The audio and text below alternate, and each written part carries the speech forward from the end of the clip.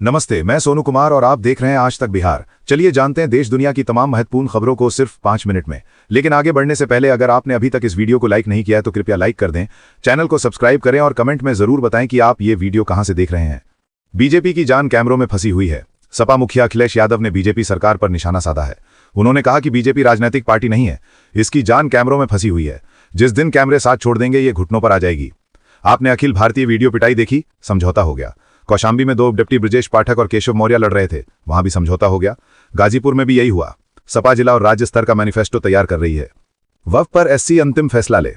Supreme court द्वारा वक्फ संशोधन अधिनियम 2025 पर रोक लगाने से इनकार करने पर प्रमुख असदुद्दीन ओवैसी ने कहा, मेरा मानना है कि यह सिर्फ एक अंतरिम आदेश है। हम चाहते हैं कि सुप्रीम कोर्ट इस पर अंतिम फैसला दे और सुनवाई शुरू हो।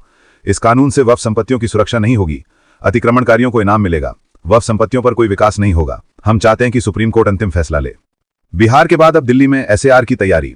दिल्ली में मतदाता सूचियों के विशेष गहन पुनरीक्षण एसएआर की तैयारी शुरू हो गई है। बिहार के बाद अब राजधानी में भी वोटर लिस्ट में सटीकता लाने और नए मतदाता जोड़ने के लिए एसएआर किया जाएगा। हालांकि अभी तक कोई तारीख तय नहीं की गई है, लेकिन इस प्रक्रिया के लिए बूथ स्तर अधिकारियों बीएलओ को प्रशिक्षण दिया जा रहा है। इसके साथ ही मतदान केंद्रों के पुनर्गठन और रिकॉर्ड सुधार का काम भी जारी है। बीजेपी का सफाया होगा, इसकी शुरुआत अयोध्या से होगी।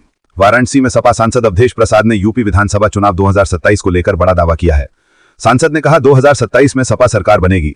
मोदी जी की डबल इंजन या 4 इंजन की सरकार व्यापार का काम कर रही है। सभी कल्याणकारी योजनाएं फेल हैं। आने वाले दिनों में अखिलेश यादव के नेतृत्व में बहुत मजबूत सरकार बनेगी। बीजेपी का सफाया होगा और सफाई की शुरुआत अयोध्या की धरती से होगी।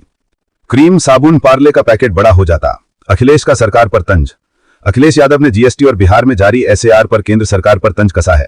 अखिलेश ने कहा, हमें उम्मीद है कि सुप्रीम कोर्ट वोटर लिस्ट को चुनाव आयोग से ठीक कराएगा।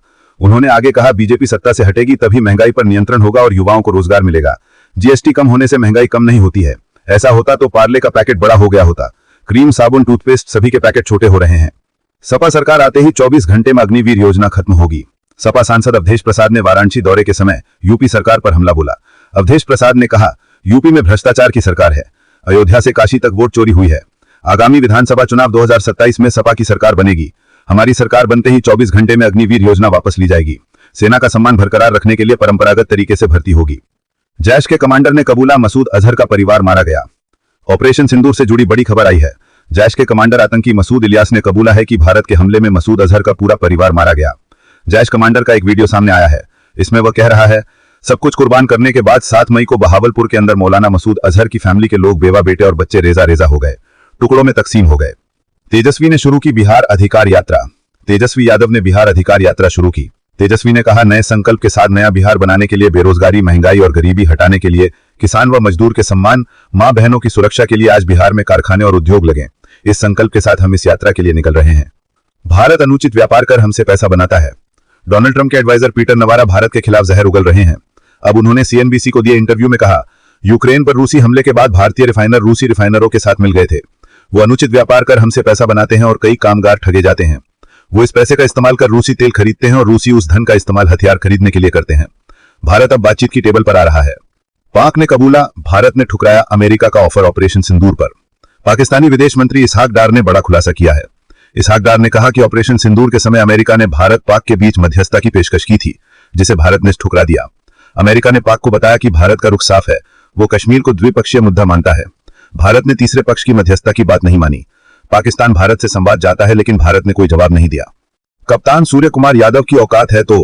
आम आदमी पार्टी के दिल्ली अध्यक्ष सौरभ भारद्वाज ने इंडिया पाक मैच को लेकर विवादित बयान दिया है।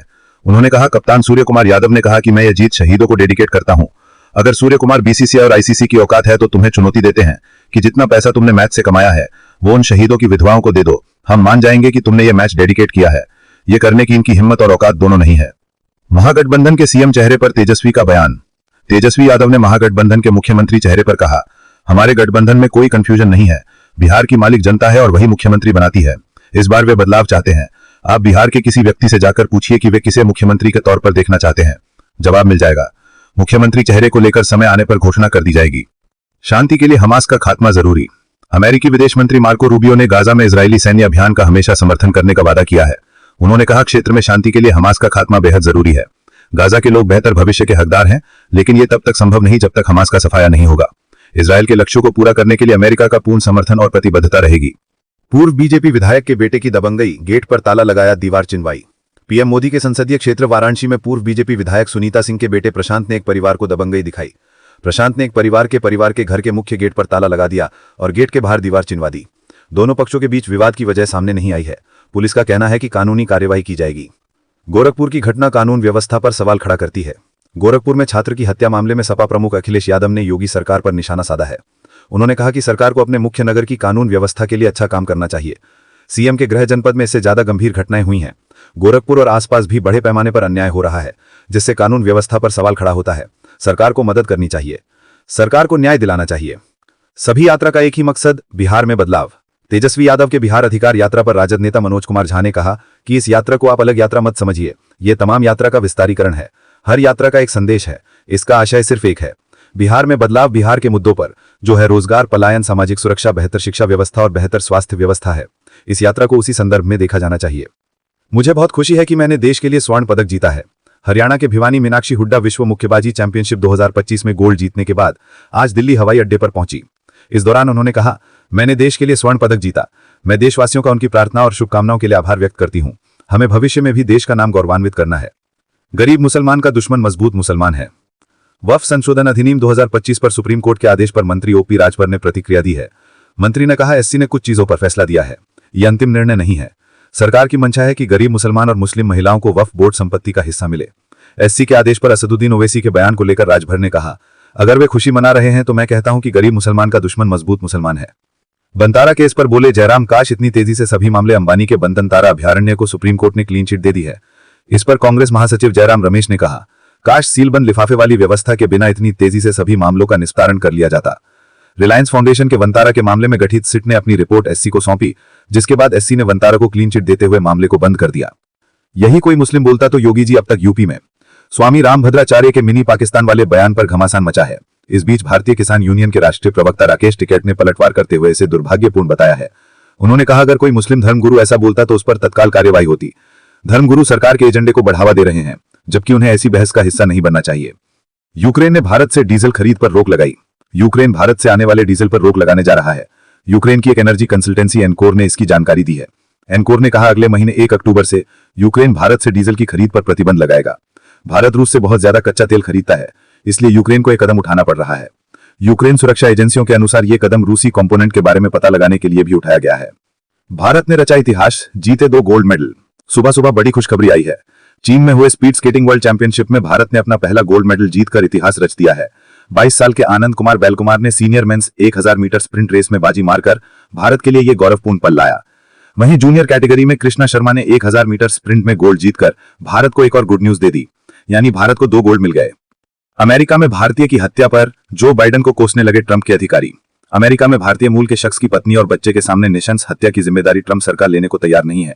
होमलैंड सिक्योरिटी डिपार्टमेंट का कहना है कि अगर जो बाइडेन प्रशासन ने सही फैसला लिया होता तो आज ये हत्या नहीं होती।